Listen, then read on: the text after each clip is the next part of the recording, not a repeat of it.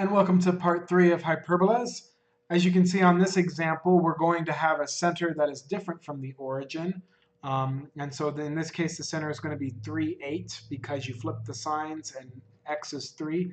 So 1, 2, 3, 1, 2, 3, 4, 5, 6, 7, 8. So that's not on our graph, but it's just the center of our hyperbola. So let's see. It looks like its y is being squared. And so that means we're going to be y is first, so we're opening up and down.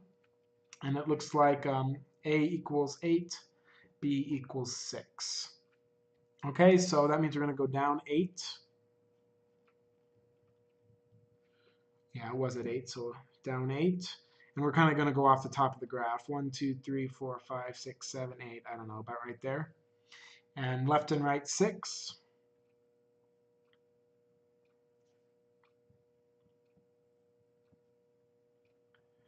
And there's our box. So let's draw it in. And again, this won't be exactly symmetric because I'm kind of off the page.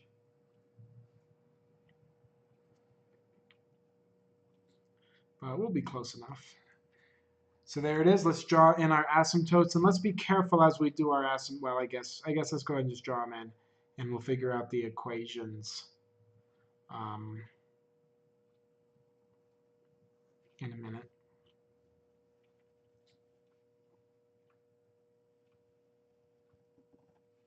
Okay, and our parabola is opening up and down, so here are the vertices. So let's draw it in. Again, that's just a sketch. If you want it to be exact, you could plug in a few points and connect those points. And there's the graph of a hyperbola. Again, it's up and down because y is being squared first. So let's see. Let's go through the motions. The center, we figured out, was at 3, 8. And the vertices, that one is going to be at 3, 0. And let's see, it would be up 8 and then up 8 again. So that would be 3, 16, I believe. Okay, so that's pretty nice. Let's do domain and range.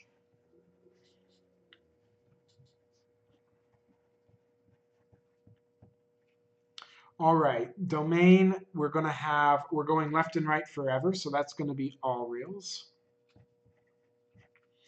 And for the range, we've got a gap from 0 to 16. So the range is going to be negative infinity to 0 inclusive, or 16 inclusive to positive infinity, because we have a gap from 0 to 16. Okay, there's domain and range. Let's do the foci, and then we'll figure out the asymptotes. So the foci, again, we're going to use a squared plus b squared equals c squared.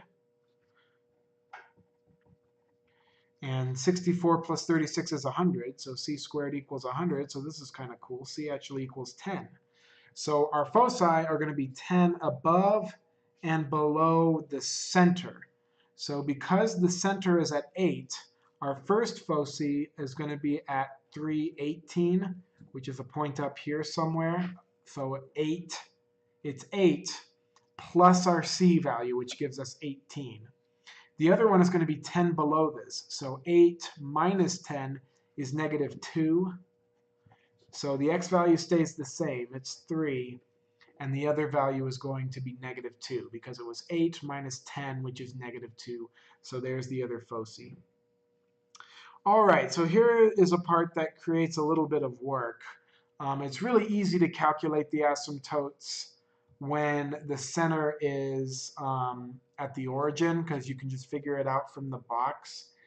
It's possible, depending on how it's been programmed, that it might just want the asymptotes as if this was the origin. But if it wants the actual equations, we're going to have to do something else. What we're going to have to do is, we know we've got a point, like let's do this positive one. We know we've got a point at negative 3, 0. And we know that the slope is going to be over 6 down 8. Okay, so the slope of this is going to be rise over run, which is going to be up 8 over 6, which reduces to 4/3. So now we can use y minus y1 equals m times x minus x1 to find the actual equation of that asymptote. So that's going to be y minus 0 equals 4/3 x minus -3, which will turn into +3. And so that's going to be y equals 4/3 x, and then 4/3 times 3 is 4, so +4. So there's 1 right there. Maybe if your graph was really good, you notice that that went exactly through the y-intercept of 4. Okay, now let's do the other one.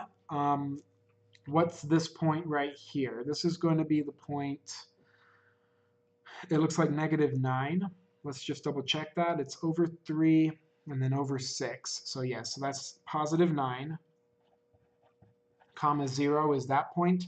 And the slope of this asymptote is going to be -4/3, because it's the same as the previous one, just throw a negative sign in front.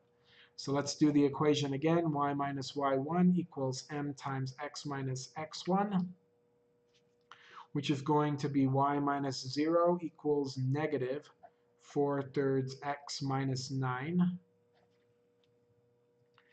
And that's just going to be y equals -4/3 x. Negative times negative is positive. 4/3 times 9. 3 cancels with 9, making that a 3. And 4 times 3 is 12. So this point actually right here on the y-intercept is 12. So it's a little bit more work to calculate the asymptotes if the center is not on the origin. But basically, you just try to find a point and you know what the slope is. So then you just use point-slope formula. Or if you wrote a really good graph, you might be able to see it just from your graph if it goes through an actual value. All right, we have 2 more to go, so let's see if we can finish them up. Eccentricity has a similar formula to an ellipse. It's 1 plus b squared over a squared. And so you notice that basically the minus just becomes a plus. Kind of how the minus plus is what makes an ellipse different than a hyperbola here. It's minus versus plus for the eccentricity formula. B, by the way, is always going to be the smaller number, and A is always going to be the bigger number. So if this is our ellipse, it's going to be E equals the square root of 1 plus the bigger number. Remember, this is A squared, and this is B squared, because that's the bigger number. So it's just going to be 3 over 6, because 3 and 6 are A squared and B squared. So that's going to E equals the square root of 1 plus a half, which is equal to the square root of 1.5.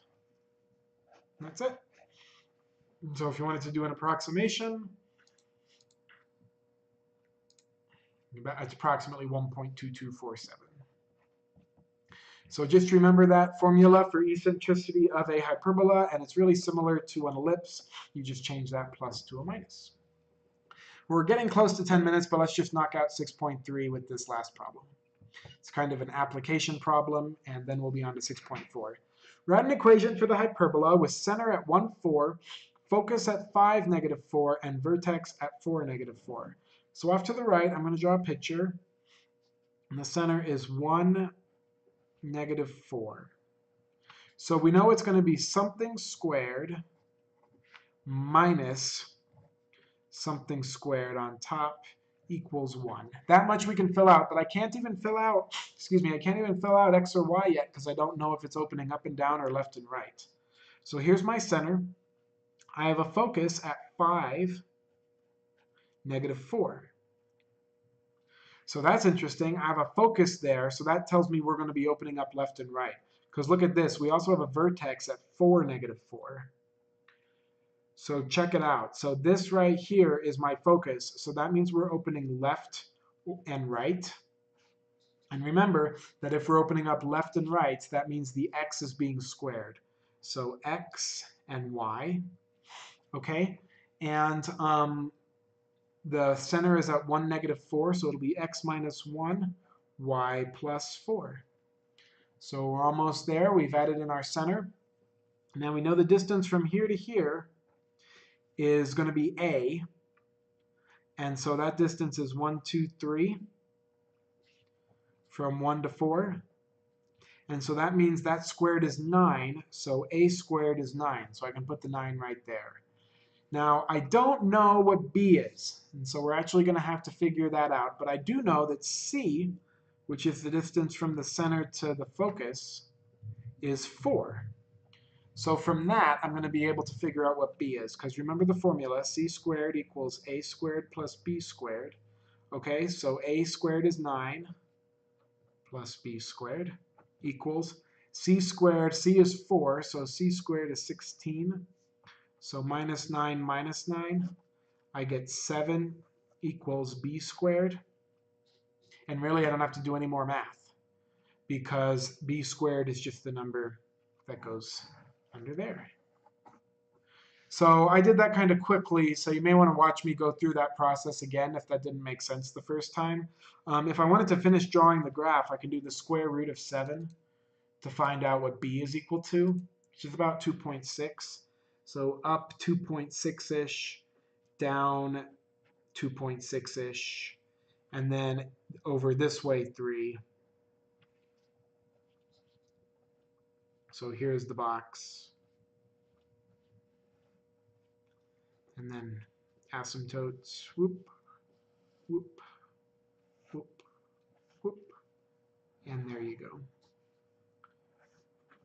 So I think part of the key of doing this problem is knowing that if they give you C and they give you one of the other two, you can use this formula to find the other value you need to make the formula. And that is the end of 6.3. And so I hope you like hyperbolas.